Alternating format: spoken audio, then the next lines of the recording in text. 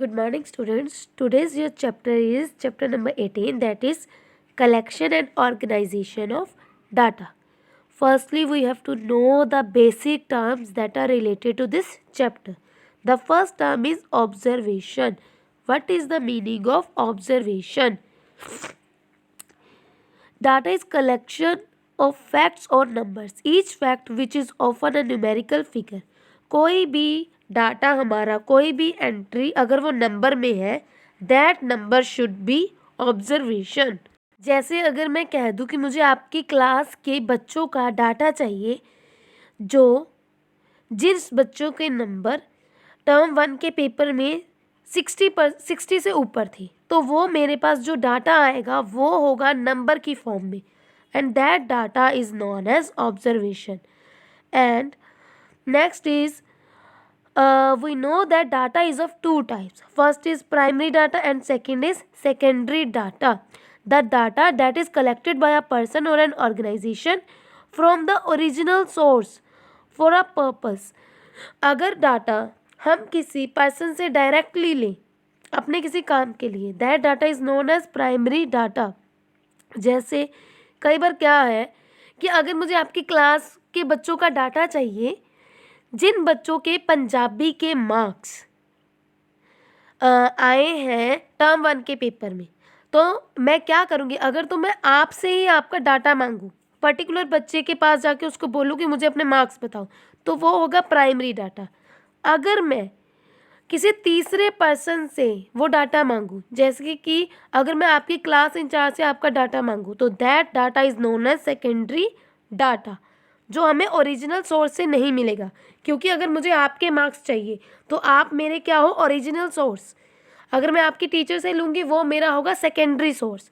That secondary source is known as secondary data. And next term is the data in its original form. अब जो data मुझे original form में मिला that data is known as raw data. जैसे अगर मैं पहले 1 roll number के पास गई उसने मुझे अपने पंजाबी के मार्क्स बता दिए और उसके बाद मैं गई 40 रोल नंबर के पास तो उसने मुझे अपने पंजाबी के मार्क्स बता दिए. ऐसे ही एक सीक्वेंस में डाटा जो नहीं हो that data is known as raw data. Next term is organisation of data. We should organise data in a particular sequence और series. That we should arrange the data in ascending order or we should arrange the data in descending order, and that data which are arranged in a particular sequence is known as array data.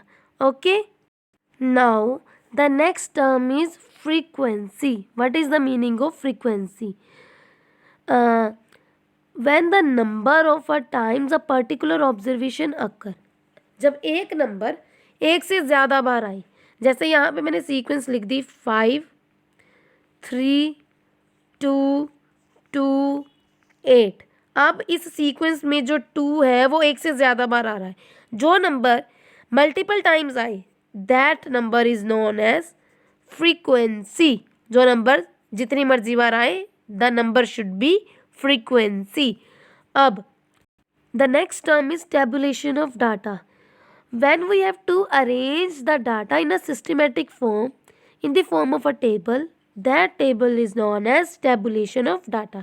जब हम किसी particular data को एक arrangement में डाल देते हैं table में ओके और वो डाटा टेबल में तब हम लिखेंगे जब हम उस डाटा को एक पर्टिकुलर सीक्वेंस में रख चुके हैं. Okay, next is construction of frequency distribution table. अब फ्रीक्वेंसी डिस्ट्रीब्यूशन टेबल होता क्या है. अगर मेरे पास रो डाटा आ गया एक और उस रो डाटा को मैंने अरेंज कर दिया असेंडिंग ऑर्डर में. असेंडिंग ऑर्डर में अरेंज करने के बाद फिर मैंने क्या किया एक टेबल बनाया. First column is known as marks, second is tally marks and third is number of observations और here we should also write frequency. Okay, this table is known as frequency distribution table.